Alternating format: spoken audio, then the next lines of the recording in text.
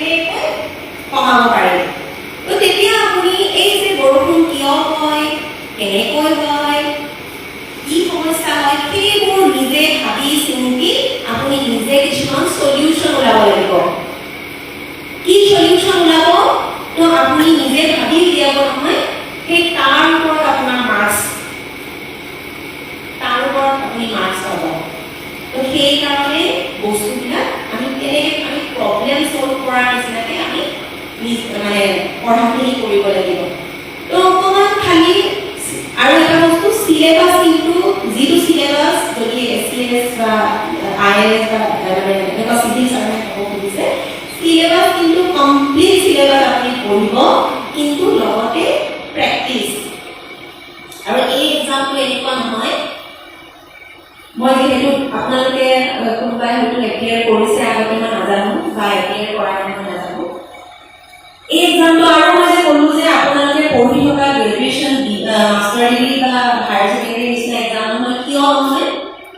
আপোনালোকৰ কি হয়, 3 ঘণ্টাত 300 নম্বৰ কৰিব লাগে, নহয় জানো?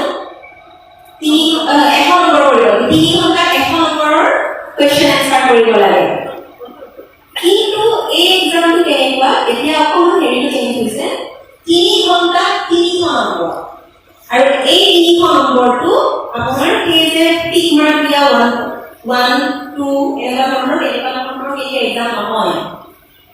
প্ৰিলিমছত আপোনাৰ তেনেকুৱা থাকিব যে জাষ্ট মানে ভুল কৰিলে হৈ যাব OMR sheet, যিটো মেইনছৰ এক্সাম তেনেকুৱা এক্সাম নহয়। মেইনছৰ এক্সামত কোনোবাটো থাকিব 20 মাৰ্কছ, কোনোবাটোৱে কুৱেশ্যন থাকিব 10 মাৰ্কছ, কোনোবা কুৱেশ্যন থাকিব 8 মাৰ্কছ, কুৱেশ্যন থাকিব 16 মাৰ্কছ। তাৰপিছত আপুনি যিহেতু ইমান দূৰ পঢ়িছে, গোটেই সিলেবাস পঢ়িছে, ইমান কুৱেশ্যন পঢ়িছে, তো আপুনি ঠিক আছে বহুত নলেজ আছে আপোনাৰ, কিন্তু ইয়াত বহুত নলেজ থাকিলেও নহ'ব। আপুনি টাইম মেইনটেইন কৰিব লাগিব। সেই যে 300 নম্বৰৰ কুৱেশ্যন আপুনি 3 ঘণ্টাত কৰিব লাগিব, যিটো আমি আগতে এডিট কৰিছিলোঁ যে আমাৰ 100 নম্বৰ কুৱেশ্যনটোৱে আমাৰ 3 ঘণ্টাত কমপ্লিট নহয়, হয়নে নহয় বাৰু কওকচোন? আমি আমাৰ থাকি যায় যে 100 নম্বৰে আমি কমপ্লিট কৰিব নোৱাৰোঁ লিখি লিখি। ইয়াত আপুনি 3 ঘণ্টাত 300 নম্বৰ কৰিব লাগিব। এতিয়া 250 হৈছে, আৰু আমাৰ 300 আছিলে, এতিয়া 250 হৈছে।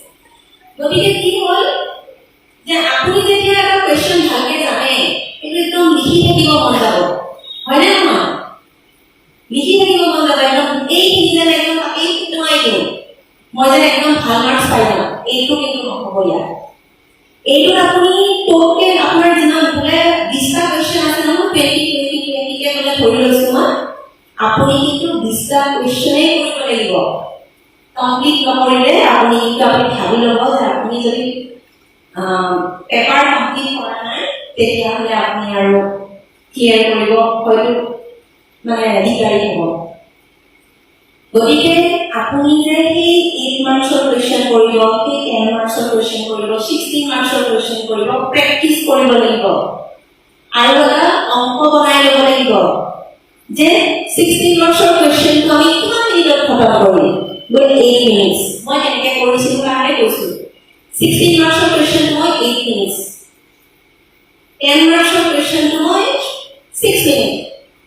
আৰু সেইটো মতে কিন্তু আপুনি একদম মানে, কাৰণ সেই সময়ত আপোনাৰ যেতিয়া এক্সাম হ'ব নহয়, সেই সময়ত কিন্তু আপুনি সেইটো কেলকুলেশ্যন কৰিব নোৱাৰে। এই প্ৰেক্টিচ কৰি থকাৰ সময়তে কুৱেশ্যন পেপাৰ আপুনি কৰি প্ৰিভিয়াছ পেপাৰ নিজৰ ঘৰতে হওক, ঘৰত বেলেগত কোচিং চেণ্টাৰতে গৈ হওক, নহ'লে য'তেই নহওক আপুনি কিন্তু কুৱেশ্যন পেপাৰ এনচাৰ লিখাৰ যিটো প্ৰেক্টিচ, সেইটো কিন্তু বহুত দৰকাৰী।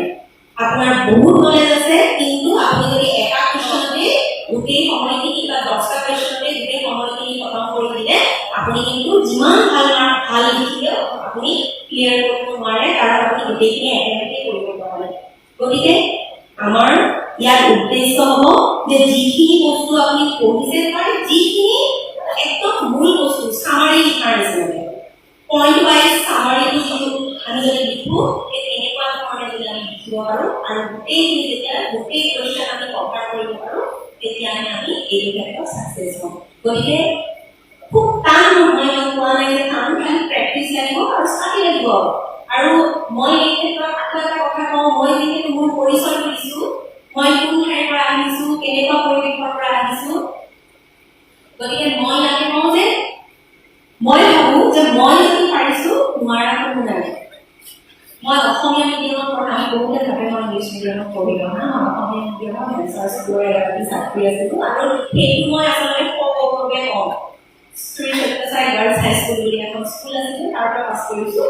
পাছ কৰি মেট্ৰিক পাছ কৰি আজি এইটো অৱস্থা। গতিকে মই কিন্তু সেইটো মানে ভাগ্য বুলিহে কওঁ। আৰু কষ্ট কৰি যিয়ে শিকে সি ভৱিষ্যতেও কিন্তু ভাল মানে কাম কৰি যাব পাৰিব বুলি মই ভাবো। কাৰণ কষ্ট কৰাজনে আনৰ কষ্ট বুজি পায়। গতিকে কথা ক'লে বহুত কোৱা যাব, বহুত দীঘলীয়া হৈছে অলৰেডি, আৰু বহুত বেছি নকওঁ। সকলোৰে শুভেচ্ছা থাকিল। আমাৰ ইয়াৰ আগৰ বক্তাই কৈছে যে আমি কাৰ্বিয়ে হওঁ বা বড়োৱে হওঁ, আমি সঁচাকেই অন্য কিছুমান হেৰিৰ লগত আমি এতিয়াও ফেৰ মাৰিব পৰা হোৱা নাই। এতিয়াও আমাৰ IAS IPSত সঁচাকেই মই নিজেও ট্ৰাই কৰা নাই, কিন্তু সঁচাকৈ আমাৰ যোগদানৰ প্ৰয়োজন, আমি আগবাঢ়ি অহা প্ৰয়োজন।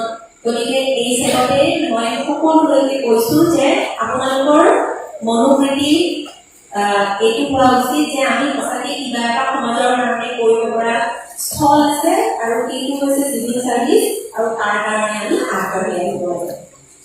গতিকে সকলোলৈ ধন্যবাদ থাকি ইয়াৰে মোক মাতি আনি ইমানখিনি মৰম আদৰ কৰাৰ বাবে, আৰু আপোনালোক সকলোকে ইয়াতে লগ পাই খুবেই ভাল লাগে।